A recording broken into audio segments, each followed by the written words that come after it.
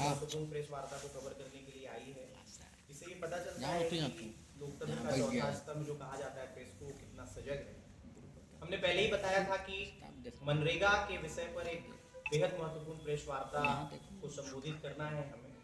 उसके बारे में थोड़ा सा विषय प्रवेश आपको करा दूं। और इस प्रेस वार्ता की औपचारिक शुरुआत सबसे पहले मैं नेता प्रतिपक्ष, पूर्व भारतीय जनता पार्टी के प्रदेश अध्यक्ष और मेरे लिए सम्माननीय बाबूलाल मरांडी जी के एक ट्वीट से करूंगा। उस ट्वीट के कागज मेरे हाथ में है।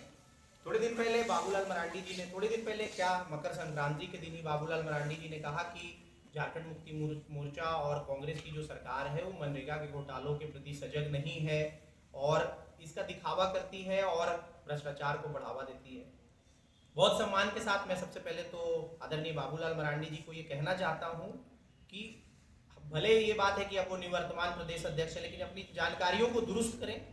क्योंकि इस प्रेस वार्ता की घोषणा हमने 13 तारीख को की थी, आधिकारिक रूप से आप सबों के पास निमंत्रण गया था। उसके बाद बाबूलाल मरांडी जी का ट्वीट आता है जिसमें सरकार पर और लोकप्रिय सरकार पर जो आदरणीय हेमंत सोरेन जी के नेतृत्व में चल रही है, उन्होंने एक आरोप लगाया कि हम भ्रष्टाचार के प्रति और मनरेगा में हो रहे भ्रष्टाचारों के प्रति संजीदा नहीं है। जबकि हमने उनके ट्वीट से पहले ही एक ट्वीट करके और जानकारी दी थी मीडिया को कि हम मनरेगा के हो रहे भ्रष्टाचार के ऊपर बात करेंगे। तो उनकी वो ट्वीट की बात तो वैसे ही खत्म हो जाती है। बाकी मनरेगा के ऊपर जो प्रेस वार्ता जिसमें हम सब यहाँ पर उपस्थित हैं, इसके बारे में मैं कुछ बातें आप लोगों को बताना चाहता हूँ जो बेहद महत्वपूर्ण है। हमारा यह मानना है और हमारी सरकार का भी यह मानना है कि मनरेगा में विभिन्न स्तर पर भ्रष्टाचार होते रहे हैं और उन भ्रष्टाचारियों को पर नकेल कसने की कवायद हमारे माननीय मुख्यमंत्री जी ने भी की थी। हमारे सभी नेताओं ने मंचों से कहा कि मनरेगा पर हो रहे भ्रष्टाचार के ऊपर न सिर्फ सरकार संजीदगी से काम करेगी, बल्कि भ्रष्टाचारियों को कड़ी से कड़ी सजा देगी और जो योजना का लाभ है वह सरकार अंतिम व्यक्ति तक पहुंचाने के लिए प्रतिबद्ध है। और इस पर हमारे सभी नेताओं ने लगभग बात की है। जेएमएम का एक कार्यकर्ता होने के नाते और एक सामाजिक कार्यकर्ता होने के नाते भी मैं इस बात पर और ज्यादा जोर देता हूं कि हम भ्रष्टाचारियों के खिलाफ थे, हैं और रहेंगे। और उसी सिलसिले में कुछ महत्वपूर्ण जानकारियां जो आपके साथ साझा करना चाहूंगा इस प्रेस वार्ता में। सबसे पहले तो मैं लातेहार जिले की अगर बात करूं तो मनरेगा में जो अनियमितताएं हुई हैं वह ऐतिहासिक हैं और उन अनियमितताओं पर मुखरता से बोलते हुए हम यह सुनिश्चित करना चाहते हैं और जो उच्च अधिकारी इस मामलों को देखते हैं उनसे यह आग्रह भी करना चाहते हैं कि हम एक ध्यान आकर्षण आपका प्रेस के माध्यम से और इस वार्ता के माध्यम से करा रहे हैं। इन योजनाओं में जो भ्रष्टाचार है, जो अनियमितताएं हैं, उसको आप बेहतर से बेहतर करने का प्रयास करें। यही हमारे सरकार का उद्देश्य भी है। सबसे पहले तो मैं अगर बोलूं तो आपको यह बताना चाहता हूं कि मनरेगा की योजनाओं में बहुत बड़ी अनियमितता चल रही है और 55 जिलों में लगभग 302 करोड़ के घोटाले की बात अभी हाल में ही मनरेगा में आई है और जिस पर हमने यह प्रेस वार्ता रखने की बात कही थी। चाहे वह फर्जी जॉब कार्ड की बात हो, चाहे योजनाओं के धरातल पर नहीं पहुंचने की बात हो, चाहे गलत पैसे निकासी की बात हो, फर्जी बैंक अकाउंट्स की बात हो, या फिर मनरेगा में शामिल कई संविदा कर्मियों के द्वारा की जा रहे भ्रष्टाचार की बात हो, सभी मुद्दों पर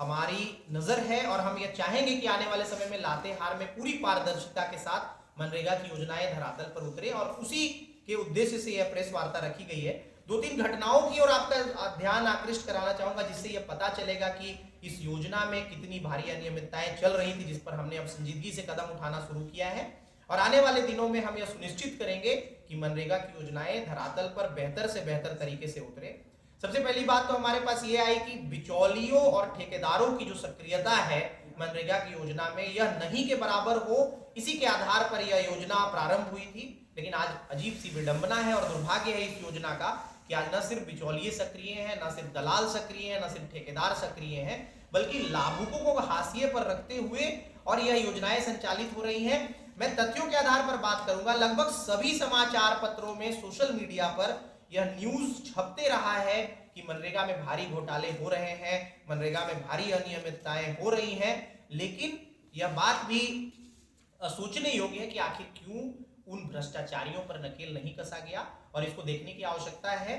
सबसे पहले अगर लातेहार की बात करें तो लातेहार में मनरेगा के भ्रष्टाचार पर अक्सर आवाज उठती रही। आप मीडिया के सशक्त लोग हैं, आपने अलग अलग माध्यमों से, अपने समाचार पत्रों के माध्यम से, अपने चैनलों के माध्यम से उठाया, जिसमें कुछ बातें तो इस भारी अनियमितता की ओर इशारा करती हैं कि अगर सुनेंगे तो आपके पांव तले जमीन खिसक जाएगी। जैसे अगर मैं बात करूं तो लातेहार के सीसी पंचायत में मोंगर के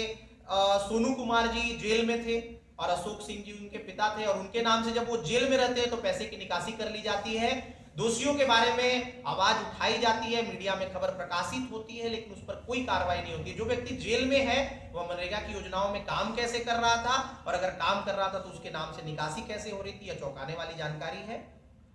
उसके बाद अगर गारू के कोटाम पंचायत में एक और बड़ा ही अजीब सा मामला सामने आया कि लातेहार सदर के रहने वाले लोग के, मैं अगर नाम भी बता दूं, चूंकि मैंने कहा है कि मैं तथ्यों के आधार पर बात करूंगा, ये सिर्फ पूरे आरोप नहीं होंगे। कामिल हुसैन, सोमन प्रवीण, मासूमा प्रवीण, ये सारे लोग लातेहार के रहने वाले हैं। और मनरेगा की योजना यह कहती है कि आपको अपने रहने वाले क्षेत्र के 5 किलोमीटर के दायरे में ही काम करना है, और इन सारे लोगों के नाम से जॉब कार्ड जो है वह गारू के कोटाम पंचायत में था, और इसकी खबर भी प्रकाशित हुई, लेकिन इस पर भी कोई कार्रवाई नहीं हुई। फर्जी पैसे निकाले गए, उपायुक्त के पास यह मामला पहुंचा, लेकिन कार्रवाई नहीं हुई। यह देखना दिलचस्प है कि आने वाले समय में इन सारे मुद्दों पर क्या काम होती है। आम बागवानी की एक घटना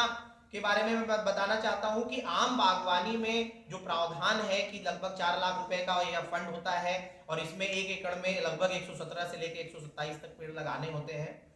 आम बागवानी में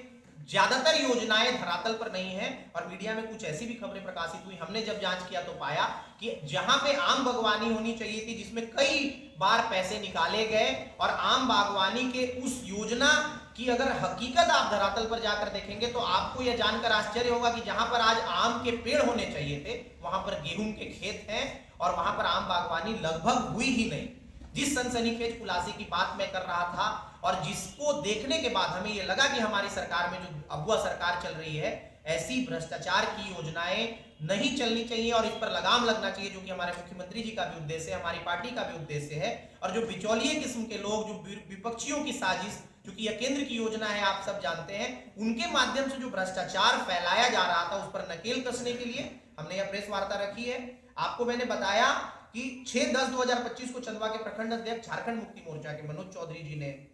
एक पत्र लिखा, और पत्र में यह बात तथ्यों के साथ बताई कि डुमारो पंचायत के मनोज मुंडा, सोमा मुंडा, तारा देवी जैसे लाभुकों के नाम से वहां के डाकघर कर्मी ने, जिनका नाम भी मैं बताता हूं, मनीष कुमार जी ने एक फर्जी अकाउंट बनाया और फर्जी पैसे निकाल लिए। हमारे प्रखंड अध्यक्ष के माध्यम से यह बात उठाई गई, लेकिन अभी तक उस पर कोई कार्रवाई सुनिश्चित नहीं हो पाई। यह भी चौंकाने वाली बात है। इस तरह के तमाम तथ्य जो हमारे पास हैं, जिसकी तरफ हम अपने अधिकारियों का, जो मनरेगा की योजनाओं को देख रहे हैं, उनका ध्यान आकृष्ट करना चाहेंगे। साथ ही हम राज्य सरकार के लोग हैं, और हमारे यहाँ हमारे राज्य में या गरीबों के लिए योजनाएं संचालित होती हैं। मैं जो सबसे बड़ी बात आपके ध्यान में लाना चाहता हूं कि केंद्र से इसका 90% पैसा अभी से पहले तक आता था। यह अलग बात है कि योजना में रद्दोबदल और नाम के परिवर्तन के बाद अब यह आंकड़ा बदल गया है, यह अनुपात बदल गया है, लेकिन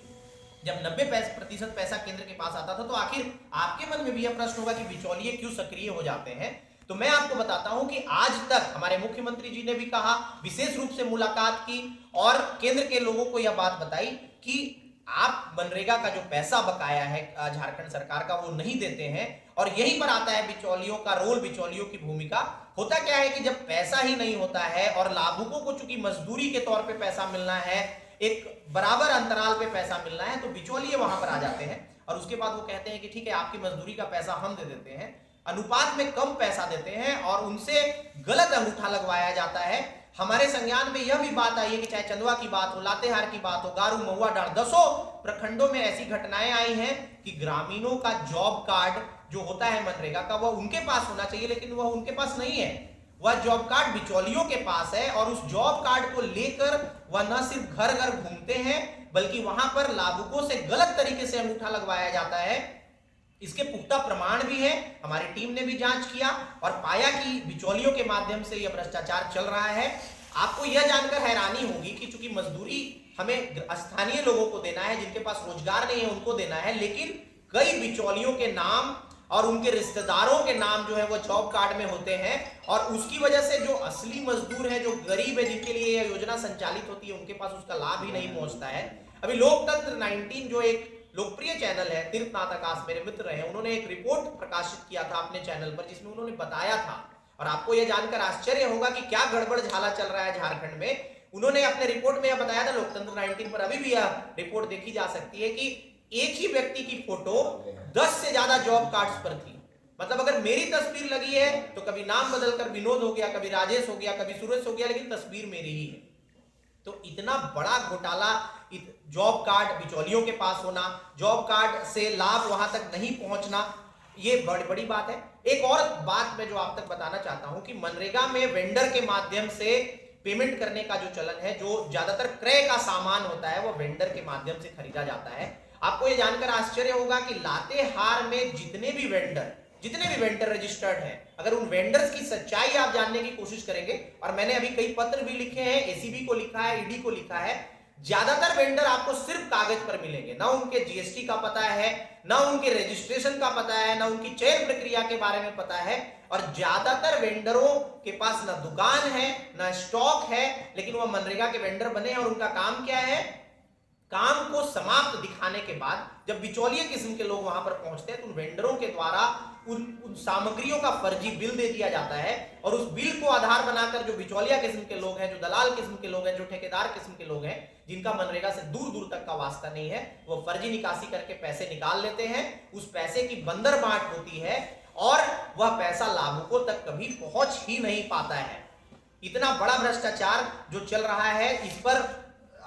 सभी मीडिया कर्मियों को और सभी सजग समाज के लोगों को नजर रखने की आवश्यकता है। एक और बात मैं आपको इशारा करता हूं, आप सब सामान्य लोग हैं और सामान्य परिवारों से आते हैं। आपको यह जानकर आश्चर्य होगा कि अगर आपने हेलमेट नहीं लगाया, अगर आप एक छोटी सी दुकान चलाते हैं और आपने उसका परमिशन नहीं लिया, अगर आप वहां पर छोटी सी सामग्री बेचकर अपना जीविकोपार्जन करते हैं, हमारे क्षेत्र में गरीब जनता रहती है, जंगल पहाड़ टोंगरियों का प्रदेश है हमारा, वहां पर प्रशासन के द्वारा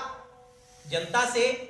फाइन के रूप में, हेलमेट नहीं लगाने पर, ऐसी चीजों पर, मैं ये नहीं कह रहा हूं कि ये बातें गलत हैं, लेकिन अगर प्रशासन इन चीजों के प्रति संजीदा है और गरीब जनता को चाहती है कि वह नियमों का 100% पालन करे, तो फिर जो अधिकारी नियमों का पालन नहीं कर रहे थे, जो मनरेगा से जुड़े हुए लोग हैं, जो उनके द्वारा भ्रष्टाचार किया जा रहा है, उस पर प्रशासन ने सजगता से आज तक क्यों काम नहीं की? आपको यह जानकर आश्चर्य होगा कि मनरेगा से जुड़े हुए जितने भी लोग हैं, चाहे पंचायत सेवक की बात करें, चाहे रोजगार सेवक की बात करें, चाहे उनके वेंडर्स की बात करें, चाहे एई जेई, आप सब भी मीडिया के लोग हैं, मेरे इस प्रेस वार्ता के बाद आप जमीन पर जाने की कोशिश करिएगा, इनकी परिसंपत्तियों में कई 100 गुना का इजाफा पिछले कई वर्षों में हुआ। और यह चौंकाने वाली जानकारी है कि जब एक राजनेता, एक नेता, अभिनेता, एक सामान्य लोग, अगर आप अपने इनकम टैक्स में अगर